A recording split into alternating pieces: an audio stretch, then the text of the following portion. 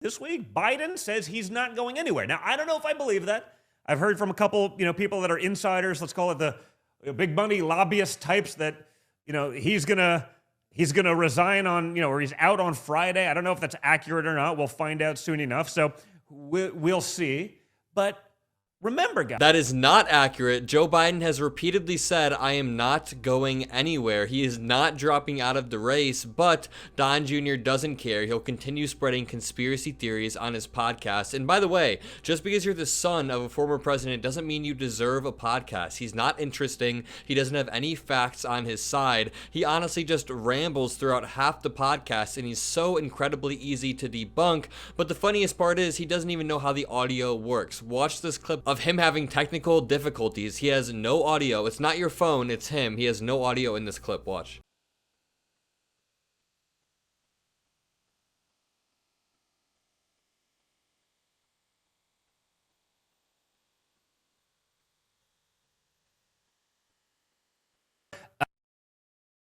Up. Can't hear you. No sound. All right, it's fixed. Oh boy. How much of that did you guys miss? All right, I think we're back.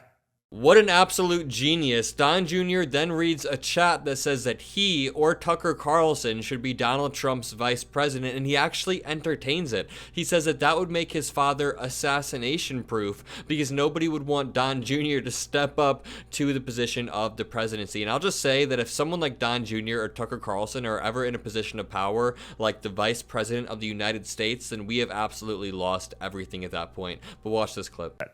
Trump Jr. for VP. Okay, a lot of Carson. I like that.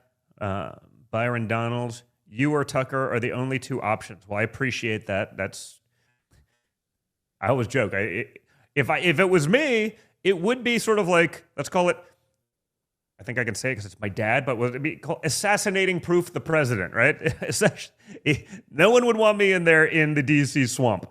So, maybe that's a great idea. MAGA Republicans always think they're the victim. They always think that somebody's out to get them and target them or unfairly persecute them. Nobody's out to get Don Jr. or Donald Trump. They're just being held accountable for the first time in their lives. And the idea that Don Jr. would ever be a VP pick is completely laughable. This article reads, Don Jr. calls to abolish the FBI, CIA, and IRS. And this is from the very same podcast that we're listening to. Don Jr. is just as extreme as his father. He wants to dismantle every single institution. He wants to enact Project 2025. No matter how much they try to distance themselves from the Heritage Foundation, they never will. This family is very closely ingrained with the leadership of the Heritage Foundation. The article continues. Donald Trump Jr. said, abolish the DEA.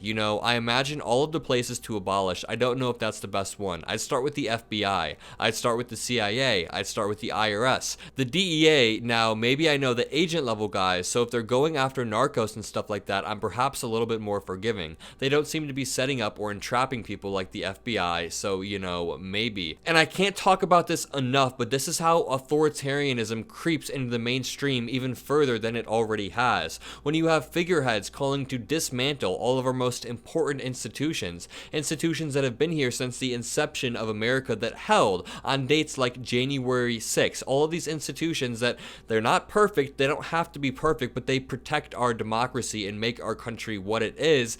But if Don Jr. and his father Donald Trump want to come in here and try to tear down every single institution and act like Donald Trump is a saving figure who can rebuild everything and make all these decisions unilaterally with no checks and no balances, which by the way the Supreme Court helped back up just the other day with that immunity ruling. But anyways, Don Jr. then continues to speculate on who Trump's VP pick is going to be. Rubio guarantees another impeachment.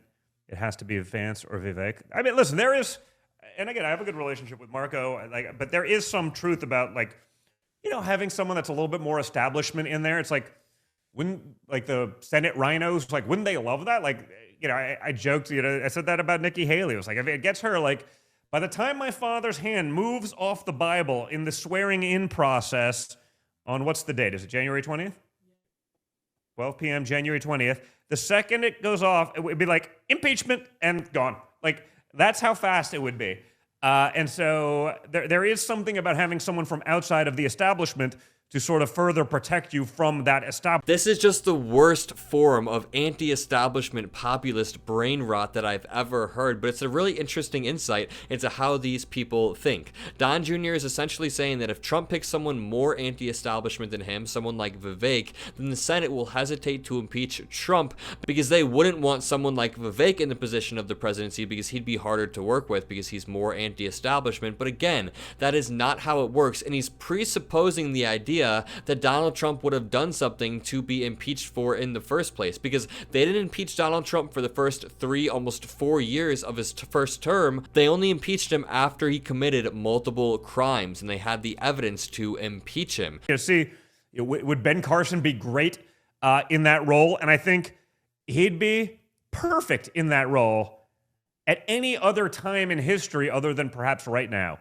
And the only reason I say that is because I think he's literally too nice to deal with the sociopaths that we'd be dealing with, whether it's the media or otherwise. And we need to be able to play on that front. And unfortunately, that's not the easiest thing for anything. Don Jr. thinks his family is the only family in politics that has ever been treated poorly by the media. I mean, look at President Biden right now. Him and Hunter Biden will not stop being covered relentlessly by all of the media outlets.